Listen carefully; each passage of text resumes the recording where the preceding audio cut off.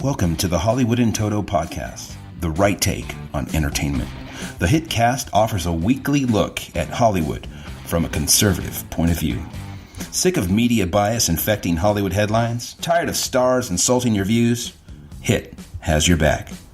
Now, here's your host, Christian Toto.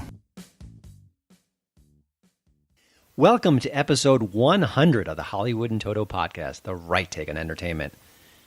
This week we're speaking with radio legend Dennis Prager. He's the driving force behind No Safe Spaces, an upcoming documentary about the fight for free speech on campuses nationwide. It could be the most important movie you see in 2019. Really. This week's show is sponsored by Speakeasy Ideas. Here's a message for homeschooling families from Dr. Thomas Kranowiter, president of Speakeasy Ideas. Freedom is never more than one generation away from being lost, depending in large measure on how free citizens educate their kids. And while we have no shortage of problems in our modern U.S., the future is brighter, more hopeful due to the good work to which you've dedicated yourself, teaching your children. Speakeasy Ideas wants to be your partner for homeschooling civic education. That's why we've introduced a new online civics course complete with curriculum. It's called The Political Science of the American Founding. This course will help your student become prepared for the rights and duties of being a citizen by learning the political science behind the great American experiment in constitutional self-government. The Political Science of the American Founding is the result of Dr. Kranowiter's own scholarly research and writing combined with years of experience teaching American government at Claremont McKenna College, Hillsdale College, and George Mason University. The materials included in the course have been selected, arranged, and packaged to supplement all kinds of curricula. You can easily modify these materials to be used for many learning levels, ranging from young students to high schoolers. To learn more about the new online civics class for homeschoolers, I invite you to go to speakeasyideas.com/homeschool. That's speakeasyideas.com/homeschool. And congratulations on your homeschooling children. Thank you again for your good work and your interest in a sound civic education. Well, it's episode 100. It really went pretty fast. So I want to share some lessons I've learned along the way. Well, here's one. It's amazingly cheap to make a podcast, and simple too in a way. I did have a friend who helped me out with some of the nuts and bolts of it, but man, I thought about this for years and didn't realize how simple it could be. Now, the equipment I use, it's pretty bare bones, but it's really all you need. So anyone out there who's thinking about doing a podcast, don't hesitate. Just try. It is fun, and it's not going to make you run to the bank for a loan. It's pretty inexpensive. And the software behind it, the stuff that edits the material together and does a couple other nips and tucks, it's even cheaper. What a time to be alive, man. Having said that, well, almost every week there's a little technical glitch, something that goes wrong. It could be very minor or it could be more significant. I was really looking forward to one guest on the show, and when I interviewed him, we had a great conversation. Then I went and checked, and none of it recorded.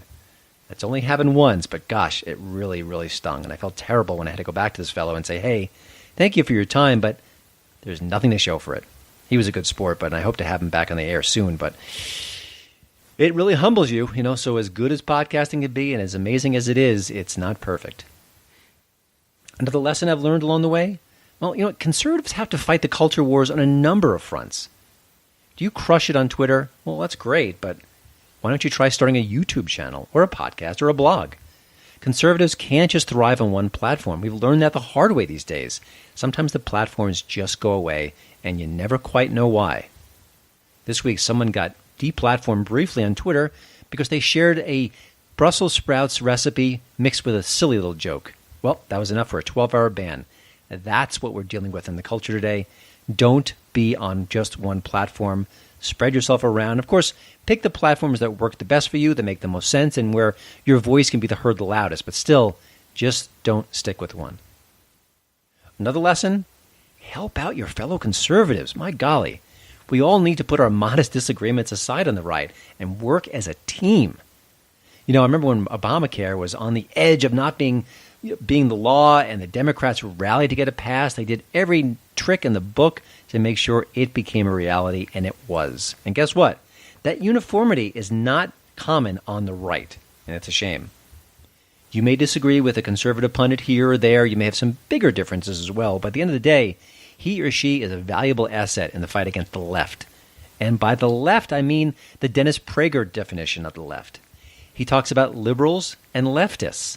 Liberals are people who may disagree with us on politics, but they're open-minded, they're fair, they're decent people, and they want to do what's right for the country. They just have a different idea how it go about it.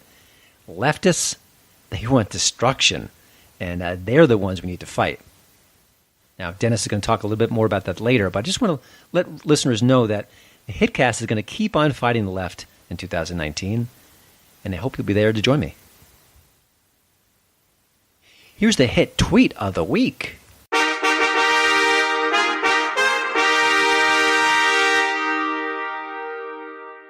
Wanda Sykes is a professional wisecracker, very funny stand-up comedian.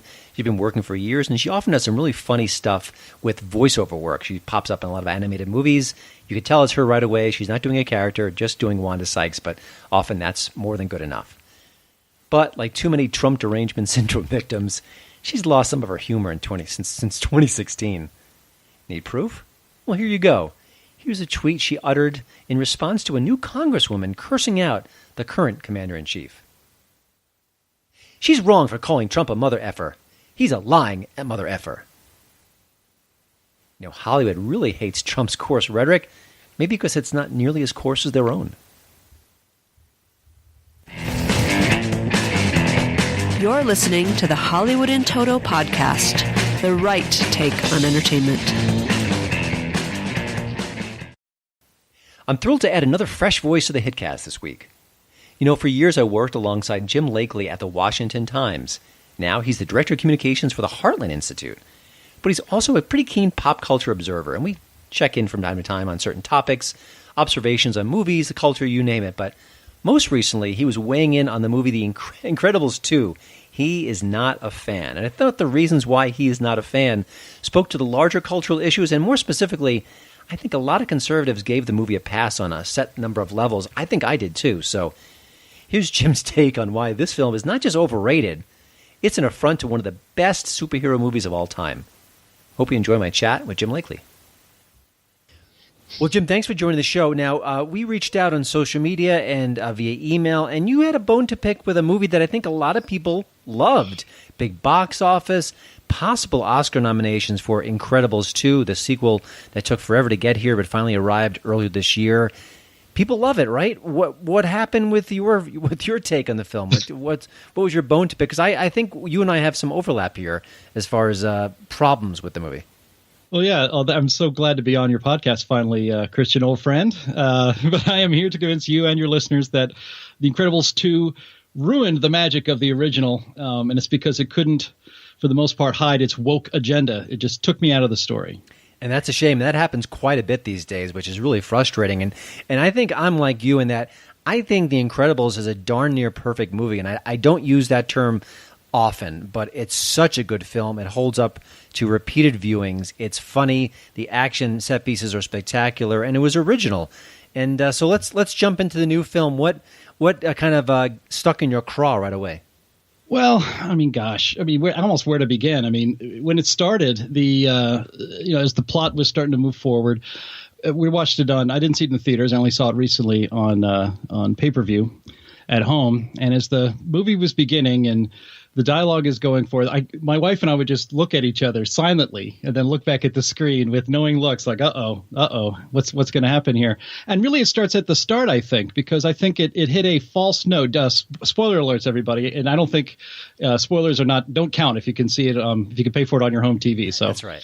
You've been warned. But, right at the start, the movie hits a false note because Bob, Mr. Incredible, is jealous that his wife, Helen, or Elastigirl, is being picked by this company called DevTech to basically start a big PR rehab project for the supers. And Bob is jealous. Now, he's a good man. In fact, he's very proud of his wife, and he's all about family. And they spend the first half an hour establishing the fact that Bob is jealous that this company would pick her over him.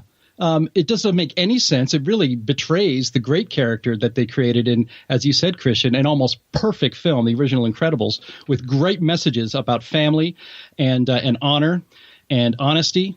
Just a fantastic film, and it takes away from that in the way it portrays Bob, I think, falsely.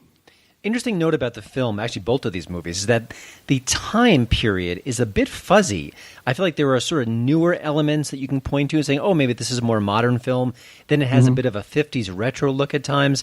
And I thought of that with this element that I didn't really appreciate. It just felt like a kind of a cliche, almost like a hacky kind of a comic note, was that Bob is the stumbling, bumbling father when he's asked to take care of the kid. Now, the kid himself has superpowers. They're evolving. We get that. But it definitely felt like one of those sitcoms where, oh, my gosh, Dad's got to take care of the kids. He doesn't know how to do this. Kind of almost harkening back to Mr. Mom. Did that bother you as well? It didn't bother me. I mean, if I'm upset about wokeness in films, I'd never watch films. I mean, you can't, as a conservative, there's a certain tolerance level that you have, but there's something special about The Incredibles, and I don't even want to call it a franchise because I almost want to pretend this film didn't happen. But when The Incredibles is so beloved, I must have watched this film at least a dozen times. Every time I see it on cable, I'll pretty much stop and see where they're at in the story because it's such a perfect, fantastic film in so many ways. But yeah, I mean, that's just a sitcom cliche. They couldn't come up with anything better than that. We've waited more than a decade for a sequel to one of the great movies of the last 20 years. And their narrative hook here is that Bob is a bumbling, stumbling Mr. Mom type guy at home and can't take care of the kids.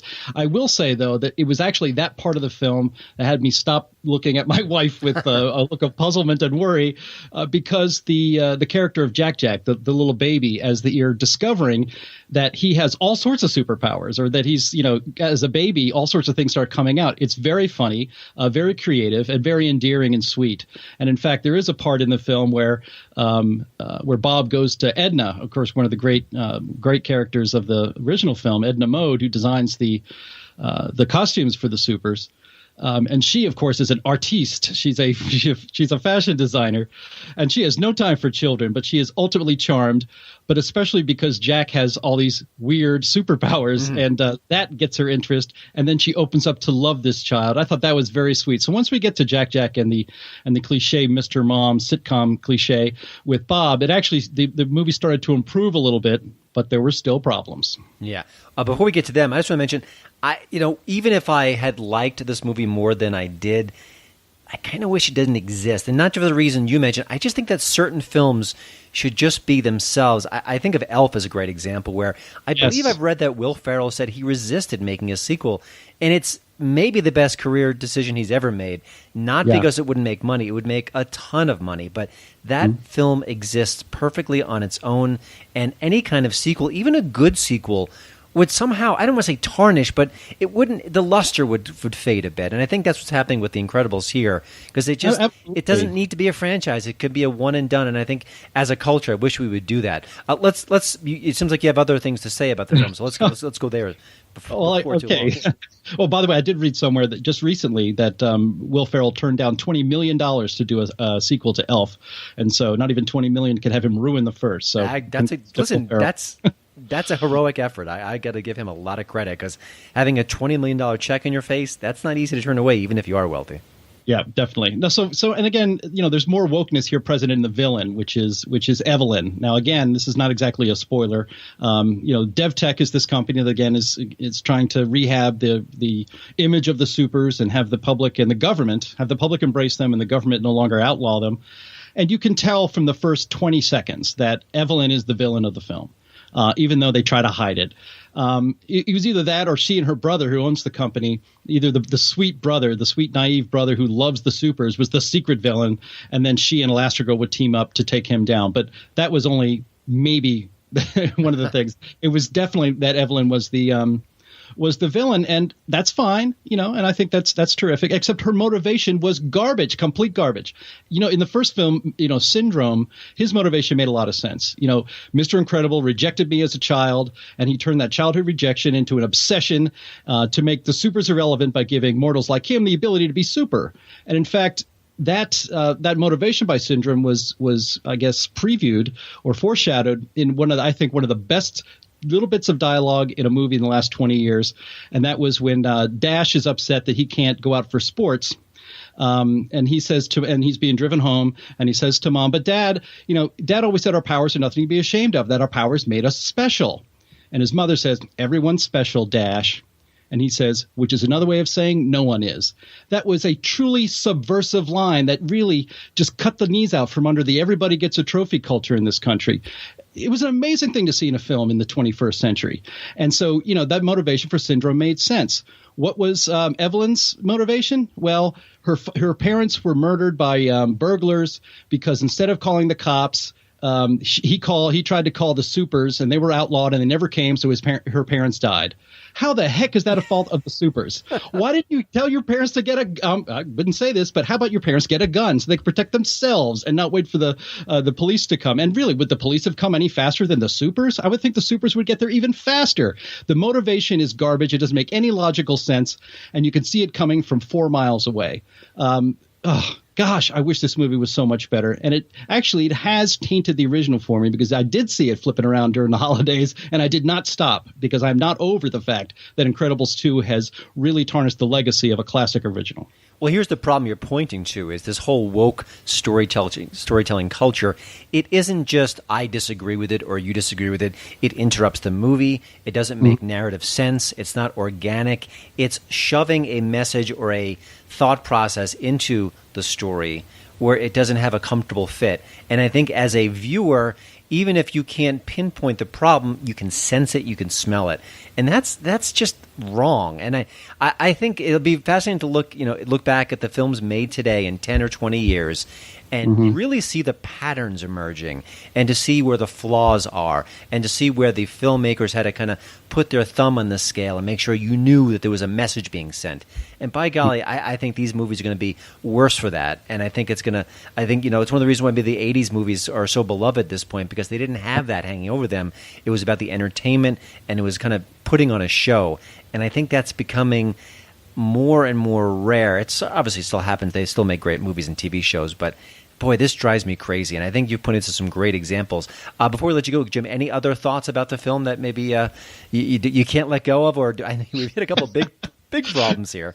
Well, you don't have a half an hour, so maybe I'll have to do this on my own podcast to get over it. But I will just say one more quick thing, Frozone. Now, Frozone is admired by everybody in all the mortals in The Incredibles, and that's fine. But for my money, Frozone is the most useless superhero ever. I mean, especially in this film. I mean, they never gave him anything as cool to do as when in the original film, when he and Bob are out there, doing their crime fighting on the down low with masks on, and they're trapped by the cops, and all he needs is a little glass of water to get them out of the situation using his superpowers. In this film, in the climax, there's this spoiler alert. There's this boat it's a runaway boat. It's heading toward the city. It's going to crash on land and kill a bunch of people. It's on water.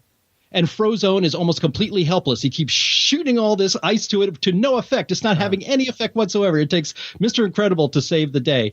And it's like, my God, if Frozone cannot be effective out on the open water, what the heck good is he? I don't understand why. And these are the kind of things that enter my mind as I'm watching a film that has already taken me out of the story, that I start to nitpick and criticize things. And it's a damn shame because the original Incredibles is a perfect movie, family values, conservative message, subversive to the liberal and PC establishment, and this film actually goes in the other direction. It wants to make it itself more woke. It makes too big a deal out of Elastigirl. She's a fantastic hero on her own. You don't have to put her up on the Me Too pedestal in order for us to admire her. It is so over the top. It is so forced upon us that it really takes you out of the story, and it's a shame they ruined this franchise. The only thing worse would be Elf 2. Oof. I agree. And by the way, I think Disney, up until recently, has done a pretty good job of keeping politics out of the frame.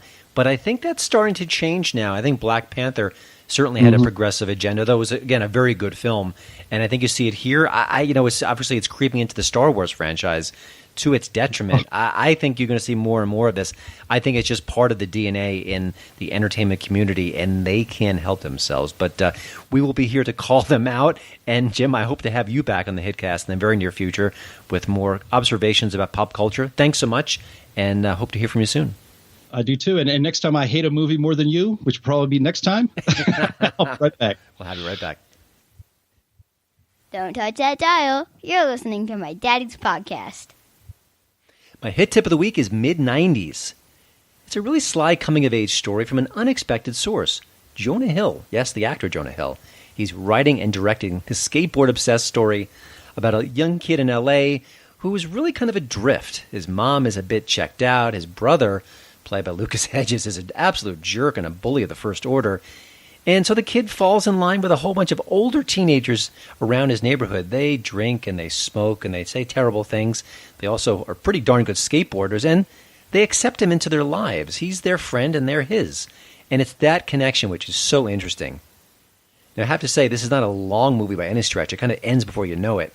But it has those kind of really sharp observations that make a story like this pop.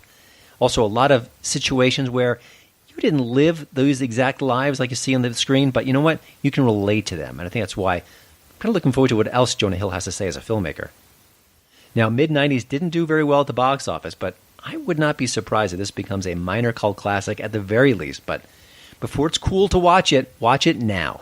Mid-90s is out January 11th on home video.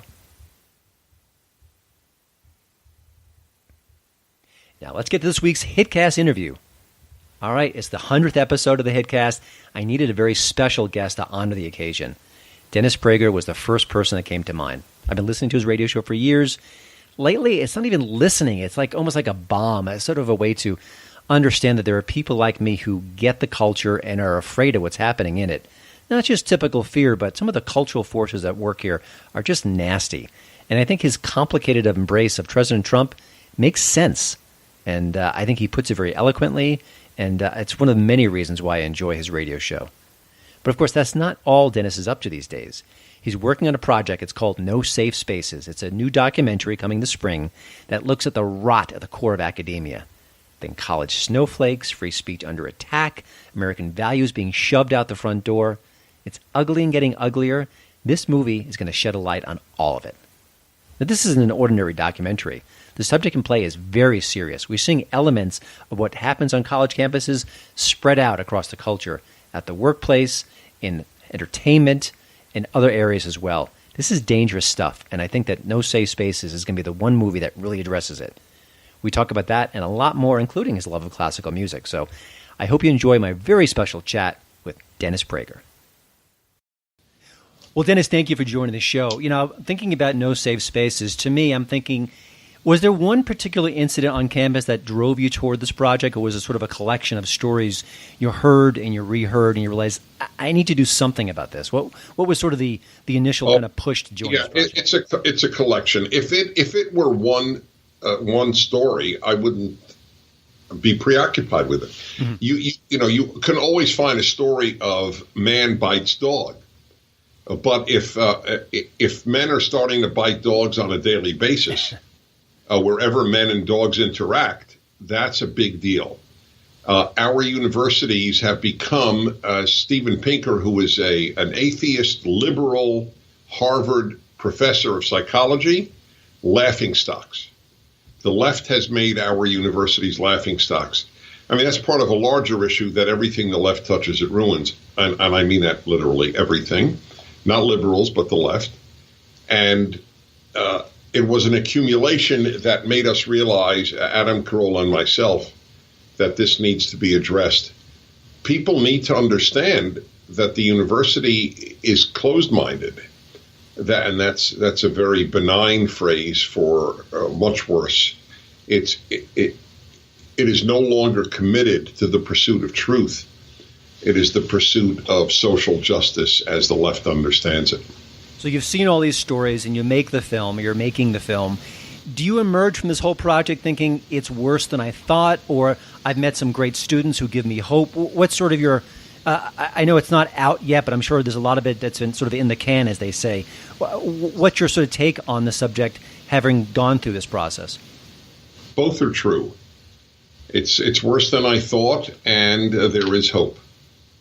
They're both true. And the hope, look, I spoke a few weeks ago in Palm Beach, Florida, to 4,000, actually 3,000 students and 1,000 non-students, 4,000 people, 3,000 of whom were college students. Turning Point USA organized it, and most of them, nearly all of them, are also familiar with Prager University videos. this was a remarkable thing to see. Great kids from all over the country, the most prestigious and the most unknown universities, both represented. So there is hope, but right now, if I were a betting man, I would bet on the decline of the West because of the left. I'm sorry to say that. I fear that way too, but I guess there's always a sliver of hope. When it comes to different documentaries, often if it's a Michael Moore film, you're not going to have a single conservative voice in there or a single conservative argument. Your film has several prominent people from the left, or at least left of center.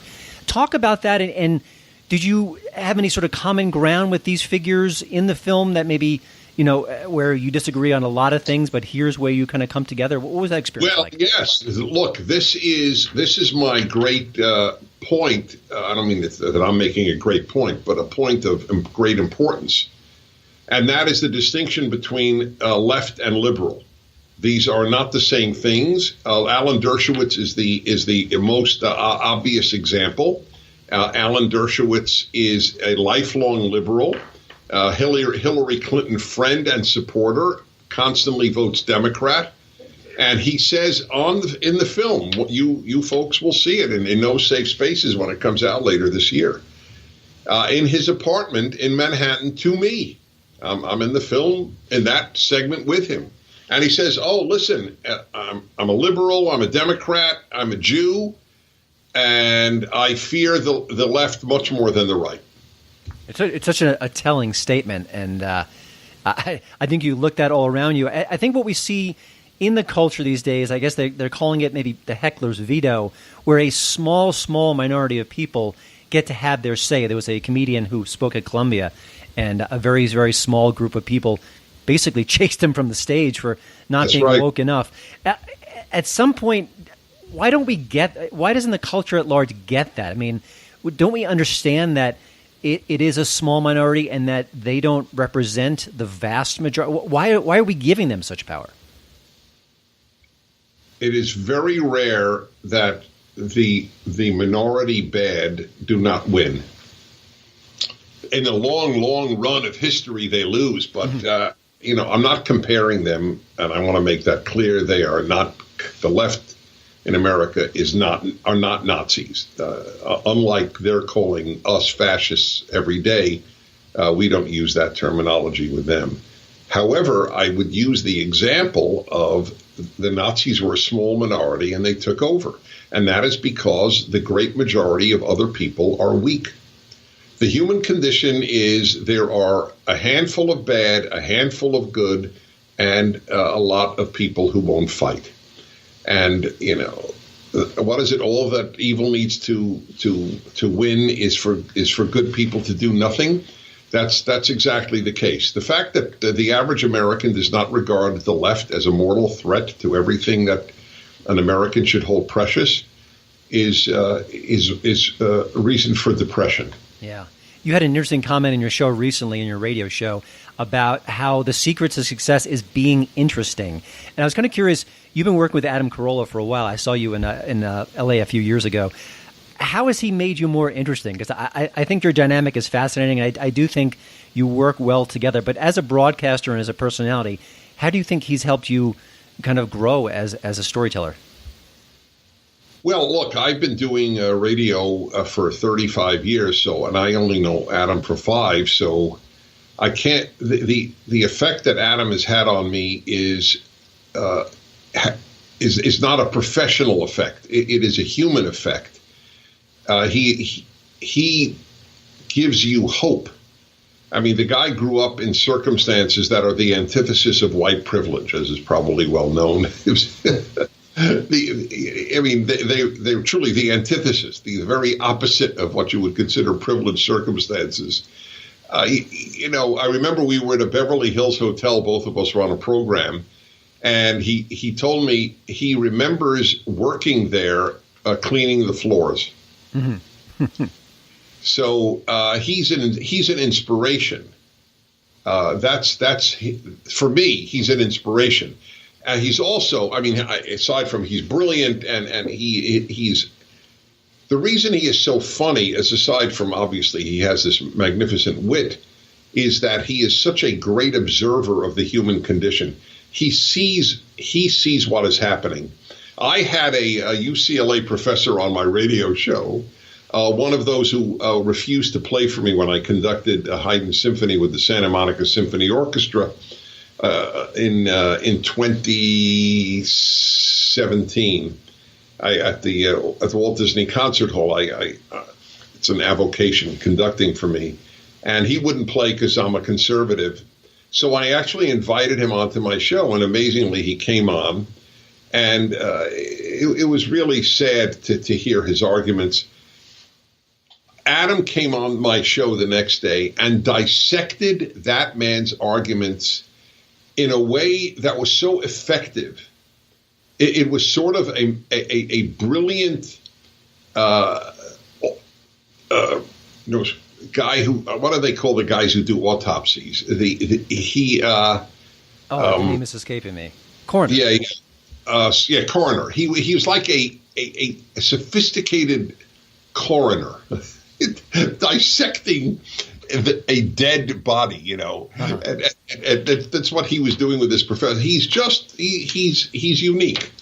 So to make the film with him has been a total joy. People will love the film. I mean, it's both funny and provocative and sad and relentlessly interesting. Well, when the movie Gosnell came out a few weeks ago, the media essentially ignored it. Most film critics stayed away. People didn't write about it, even though there's a million different angles to write about it, and it was a fascinating topic. You know, when you first announced this particular No Safe Spaces movie, I noticed that a few media outlets wrote about it from a snarky point of view, almost as if, tisk, tisk, this is not a real problem. We're going to laugh at this. You know, you would think that there are certain professions that would be all on board with what you're trying to do and trying to expose. The media is not it. How do you even explain that when you're given free expression is their lifeblood? I'm stunned by that. I just thought you're smarter than me. You should know. Free expression is not their lifeblood. Mm-hmm. Their lifeblood is leftist expression. Mm-hmm. The interest of the New York Times in free expression is zero. Yeah. Zero. Sad. It's not an issue that they think about. If they did, listen, the Wall Street Journal wrote 4 editorials about Prager University's videos being placed by Google on a restricted list. And the New York Times has written nothing. Not an article, not an editorial, not an opinion piece, nothing. They don't care about free speech for conservatives. Yeah. Free speech for conservatives is to them hate speech. Therefore, and they don't believe in free speech for hate speech. So this is the way it works. Conservative speech equals hate speech. Hate speech does not deserve to be protected since they don't believe any longer in the First Amendment. And therefore, so unfortunately, the premise of your question is not accurate. The lifeblood of contemporary journalism is not free speech. It is ability to undo the last election in the most immediate sense and to undo the West in the broadest sense. When I think about your show and the cultural issues you talk about, you cover a lot of ground. And I was thinking, is there a kind of a cultural issue that's bubbling up early in 2019 that is significant, is important, but the media is not covering it, or they're just kind of covering it in a very sort of happenstance way? Yeah, in my opinion, there's no close second to the war on children that the left is waging by teaching them that there's no such thing as male or female. That's the New York City, as of January 1st, had a law that all birth certificates will have gender, male, female, X. You could put in X. Uh-huh. Now, any parent that did that should have the child taken away because they are clearly child abusers. If you are born to parents who do not believe you have a gender when you're born, you are born to very bad, sick human beings. I state those words absolutely advisedly. They are sick and bad parents who do not assign a gender to their child upon birth. It's 10 years ago, no one would have believed this is possible. That's how effective the left is in dominating the conversation. Well, I wonder if in 10 years from now, if we will look back and laugh at the folly, or if this would be the glory days of cultural conversations. Maybe a left-wing position that is laughed at 10 years later. Yeah. I want to switch gears briefly. I know you love classical music. You talk about it a lot on your show. There are some people, and I sadly put myself in this group, who don't know a lot about classical music, and we're curious about it, but at the same time, I feel a little intimidated by it. Like, I need to know more. I'm not ready for it. I need to have a certain base knowledge. For people who are in my boat, what would you recommend as sort of a starting point, a way to kind of enter without sort of having those cultural Well, let me tell you something. I will give you an answer, but before I give you specific pieces, you need to hear classical music live. Mm-hmm. If you watch an orchestra, just watching it will help you fall in love with classical music. It is something to see. So you should try to get a seat near the front, I guess, in that sense. Okay. You should also only hear very accessible pieces, Beethoven's Fifth, any Mozart symphony, any Haydn symphony. Well, Mozart is more accessible than Haydn, even though Haydn is my favorite. But you could, but if second to that, listen on a great system, a great audio system, not through earbuds. I have expensive, here they are. I have very expensive earbuds, but these are not earbuds. These are highly sophisticated, highly expensive earphones. But listen to a good audio system. I remember there was a kid who came to my house. He was about 20 years old, and he had never heard classical music. He was totally disinterested. He was into acid rock and heavy metal. And then he came into my study where I have a very, very expensive high six-figure system. And then he said, this is how I know it. He said to me, had I ever heard classical music through such a system, I would have fallen in love with it. Hearing it great made it exciting.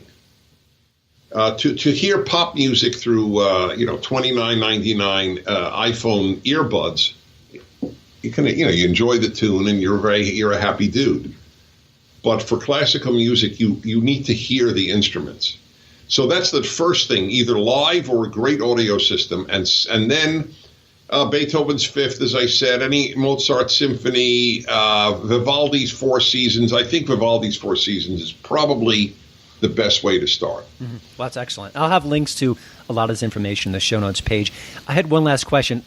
Dennis, when I was younger, I went to art school. I wanted to be an illustrator, and obviously that didn't turn out so well. But I was curious about my fellow students, because I felt like the best of my fellow students were critical of themselves, didn't fall in love with their own talents and skills. I was kind of curious, from your perspective, you've been on the radio for such a long time, are there still ways you think you can improve? Or are there still things that nag at you that, gosh, I wish I were better at this or that? I was kind of curious. Every day and every speech, because I speak about 125 times a year or two, aside from radio. And I review afterwards, what could I have done better? It's so instinctive. How could I have given a better answer? How have I could presented this topic better? What did I not know that I should know? It happened today, in fact. The number of people employed is the highest percentage ever. But the jobless rate has also gone up. So how could the unemployment rate go down and the jobless rate go up? And there is an answer, and I learned it. I studied it during the breaks in the show, and I can now explain how that's possible. I did not know that prior to the show. Mm-hmm. There was a lacuna in my economics knowledge. So it's a gap I needed to fill. Well, I love that. I love that you still have that hunger for learning and willingness to kind of explore. I think that just says volumes about what you do. Listen, the czars, I studied Soviet and Russian history and Russian language, and the So there was a guy named Pavel Denovtsev, which I think you have to know Russian just to say this guy's name right. And Pavel Denovtsev was the Tsar's minister of something. And he said, in defending the Russian Empire, he said, that which doesn't expand contracts. And I adopted that as a motto of life. That which does, for example, a marriage that doesn't improve will in fact deteriorate. If you don't get better, you get worse. You can't stay where you are. And that applies across the board for just about everything. So, Dennis, thank you so much for joining the HitCast. You can hear Dennis's Essential radio show on stations nationwide. Read his columns at townhall.com. Check out The Rational Bible, one of many great books that Dennis has written. And get ready, of course, for No Safe Spaces, coming to theaters this spring. We keep hearing it's the movie we need right now more than ever. This one actually is. Dennis, thank you so much. Thank you. Well, thanks again for listening. Don't forget to check out HollywoodandToto.com for both the show notes and, of course, the latest entertainment news. Please follow me at Twitter at HollywoodandToto. And we'd love it if you leave a podcast review over at iTunes. See you next week.